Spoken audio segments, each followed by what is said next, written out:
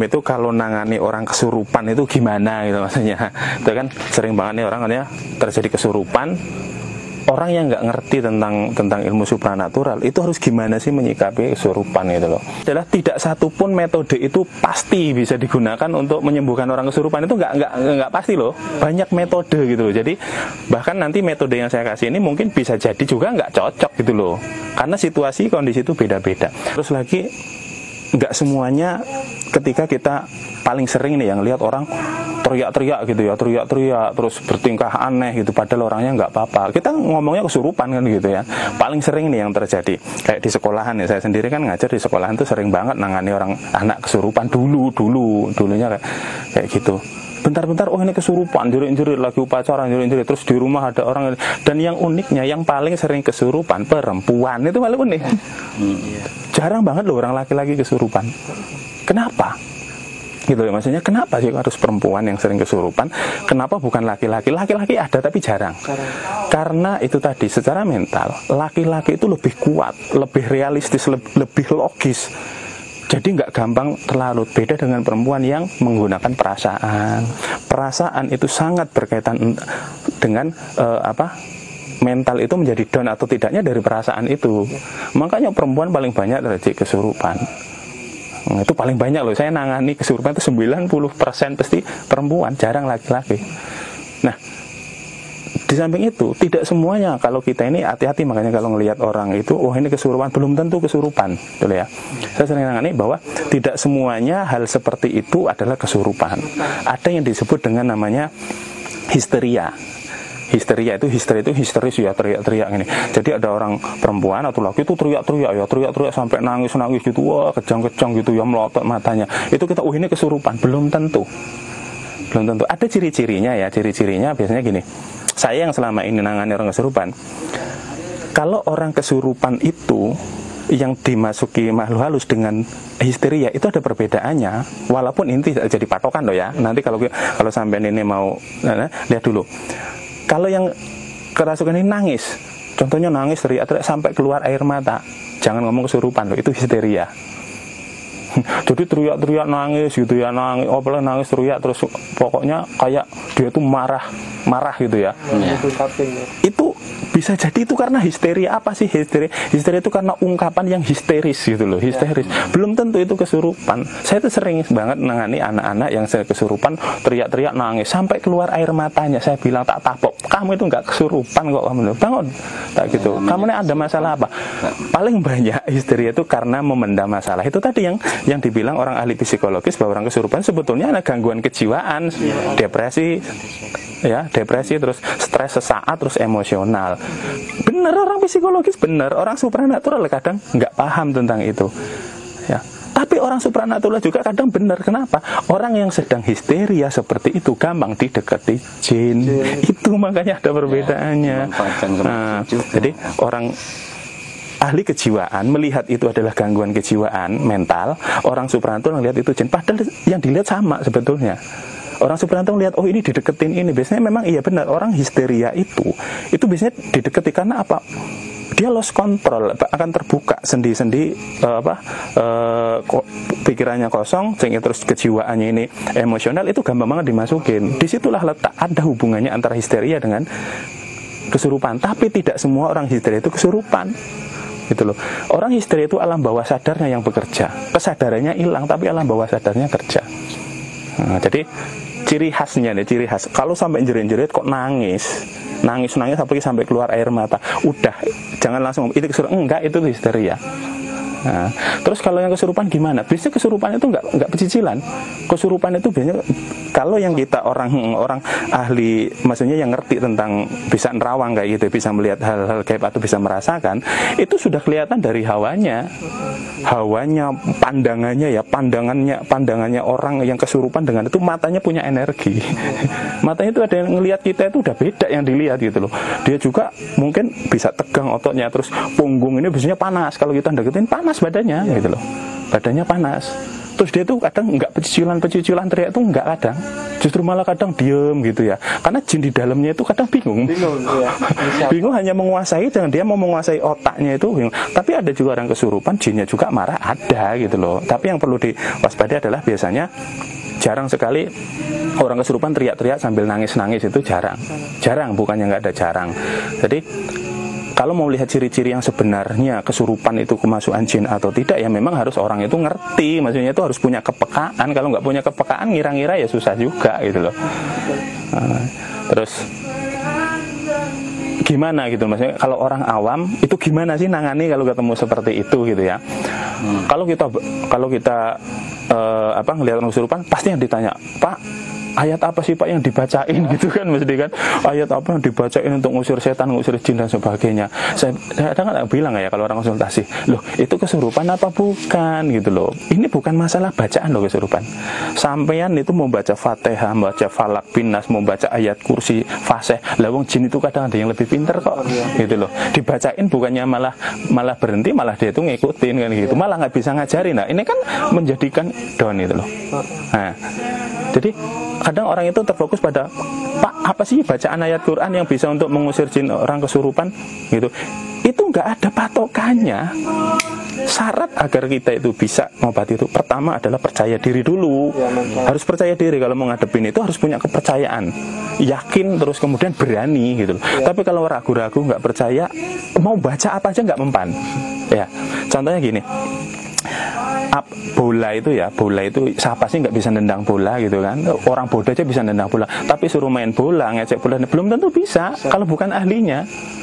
Sampean ini mungkin ngobrol dengan saya, ngobrol dengan teman-teman itu biasa, coba ngobrol depan kamera belum tentu bisa.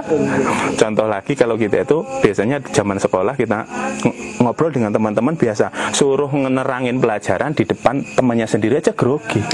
Itu yang disebut dengan kepercayaan, keyakinan, dan keberanian. Hampir mirip seperti itu. Jadi ngadepin orang kesurupan atau histeria itu harus percaya diri, harus kuat. Kalau percaya dirinya nggak kuat, alah, ya maju mundur nggak jadi. Jadi kalah ya. Bacaan apapun, kalau kita itu nggak percaya diri, nggak berani, ada unsur ragu, ya mentah gitu loh, dimentahin sama itu. Jadi yakin harus percaya diri dulu. Terus yang kedua adalah kita paham bahwa itu histeria ataukah kesurupan gitu. Tadi ada sedikit tanda-tandanya. Nah terus barulah yang ketiga, kita melihat sisi psikologisnya dulu, jangan mikir kesurupannya dulu. Asbabnya dia bisa seperti itu tuh apa? Nah, sebabnya apa dulu, jangan langsung oh kamu dari ini enggak, jangan, nggak bisa kayak gitu. Kita telusuri, nanya dia itu tadi kayak mana gitu loh. Ini tadi gimana kok bisa kayak gini? Ini dari mana? Apa yang menyebabkan gitu kan? Nah kalau histeria, dia kan jerit-jerit nih ya, jerit-jerit, nangis dan sebagainya. Kalau ada orang seperti itu kan dirubung orang nih, kadang ngerubung orang banyak banget gitu ya. Ada yang pengen lihat, ada yang penasaran kayak gitu. Ketika ngobatin orang kesurupan itu jangan dirubung. Jadi kalau cuman mungkin hanya orang 2 atau orang 3 misalkan, jauhkan dari orang ramai, jauhkan. Jangan dibiasakan orang ngobatin itu kesurupan kayak gitu. Jadi jauhkan dulu. Apalagi histeria. Nah, histeria itu jangan diobatin di depan orang banyak. Itu nanti mentalnya malah tambah gak karu-karuan.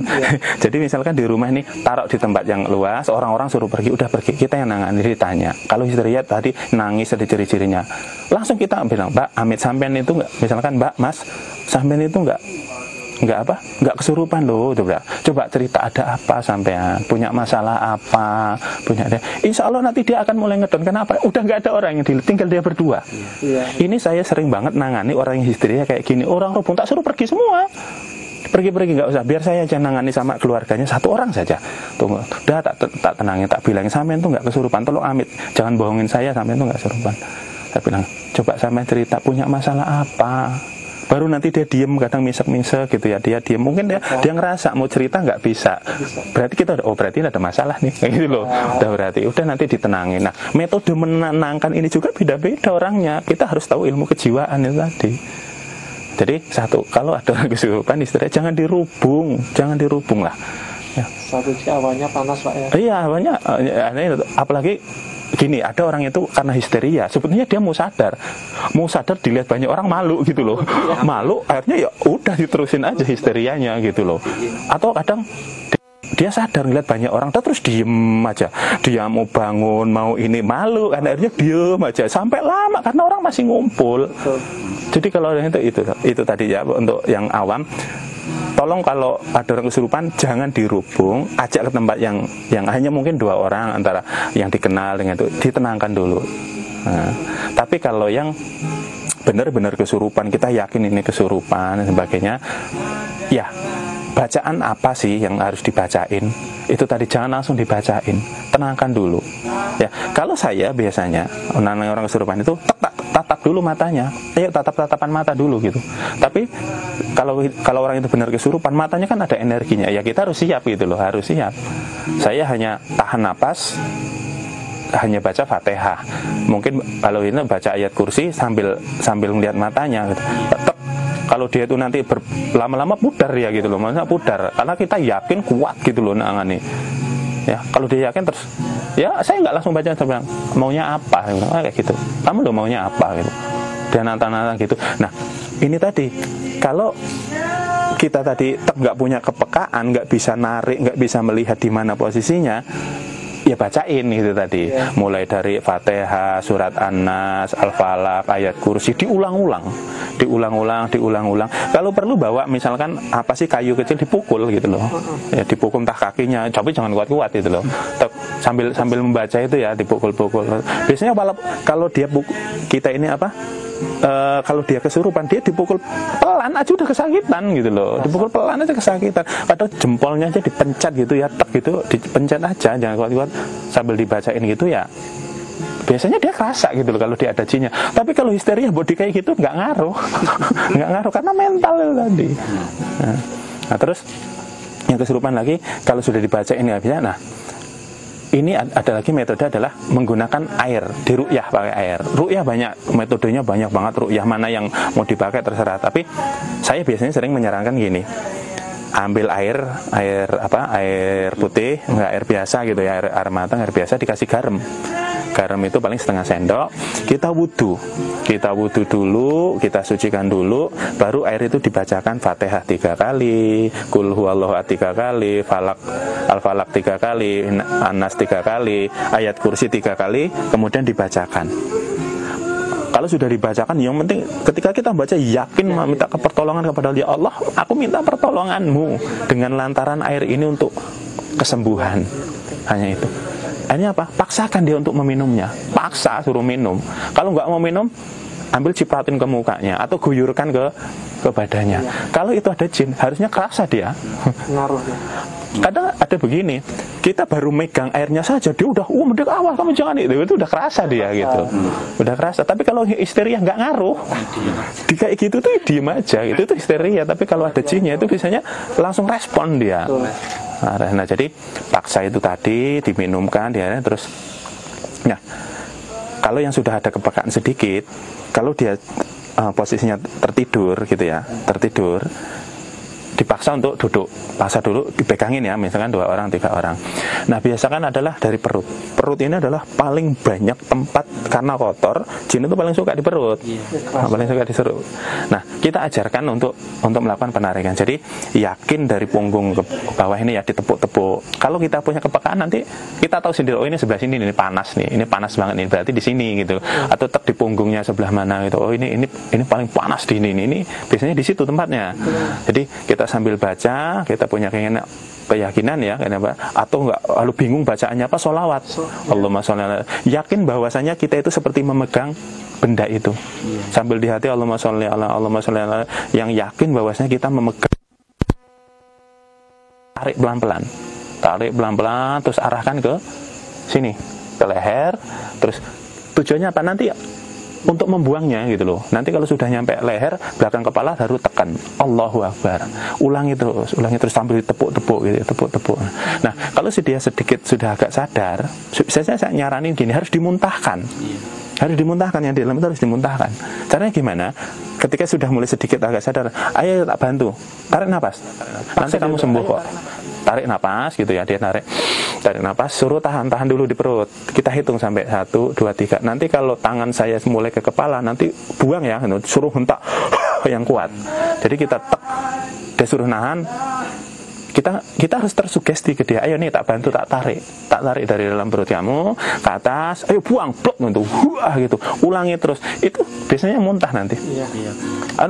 Sejauh pasti kalau udah muntah pokoknya terus tepuk sambil sholawatan, tepuk. Kenapa? Dia kalau nggak dimuntahin itu ya gitu terus nanti.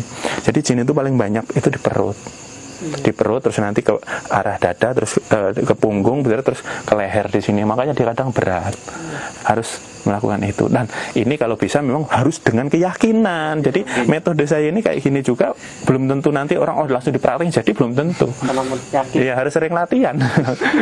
Harus sering latihan ketemu orang kesurupan gitu. Jadi nggak bisa sekali 2 kali. Jadi bisa menggunakan langkah tadi dengan air ruqyah, air putih, air mateng, kasih garam, bacain Al-Fatihah 3 kali, Qul huwallahu 3 kali, Qul a'udzu birabbil falaq 3 kali, An-Nas 3 kali, surat ayat kursi 3 kali, tiupkan di situ sambil doa, ya Allah, saya mohon air ini jadikan untuk obat. Itu tadi diminumkan.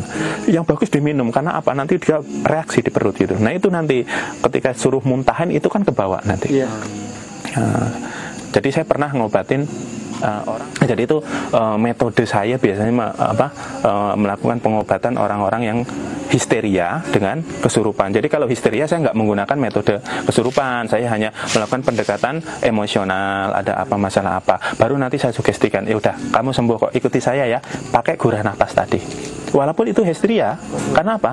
Histeria itu adalah otot sarafnya itu nanti akan tegang, maka kita lemaskan dengan cara metode tarik nafas tadi. Tarik nafas, suruh nahan di perut, hitung, mungkin sampai 5 kali. Nah, baru kita bantu yuk, buang yang kuat. Harus kuat buangnya, nanti muntah. Jadi mau histeria, mau kesurupan, kalau bisa muntah. Insya Allah kalau sudah muntah dia plong, enteng juga. Gitu. Nah, jadi teknik ini bisa dicoba walaupun Anda orang awam, tapi harus dengan keyakinan. Nah, kalau yang benar-benar kesurupan ya mohon maaf, mungkin agak lama, biasanya agak lama, harus diulang. Tapi itu tadi, kadang kalau yang kesurupan kita mengobatin, kita kalau nggak yakin, jinnya tahu loh kita itu bisa membaca. Kenapa? Kenapa? Karena aura badan kita itu antara orang yakin dengan enggak, dia tahu. Tahu deh. Jadi kadang karena kita sudah biasa yakin, lah kesurupan gitu, dia tuh ngelihat itu udah nggak mau, itu udah tahu gitu loh. Nah ini saya sering banget ngadepi anak yang sekolah sering kesurupan, itu saya bilang 90% rata-rata histeria. Jadi ada anak satu kesurupan, ngeblak, nyambung semuanya. Kan lucu, masa alangkah banyak setan masuk sekaligus gitu kan. Aneh apa? Karena anak ini jiwanya tuh ada rasa takut. Dengar temannya itu ngeblak, jerit-jerit, takut, dia ngikut, alam bawah sadarnya itu ngerespon, akhirnya ikut jerit-jerit. Mungkin masalah dia ada depresi, ada masalah, mungkin ada masalah cowok, masalah keluarga, masalah orang tua, terpancing untuk itu, akhirnya emosionalnya muncul, histeria juga, geblak juga.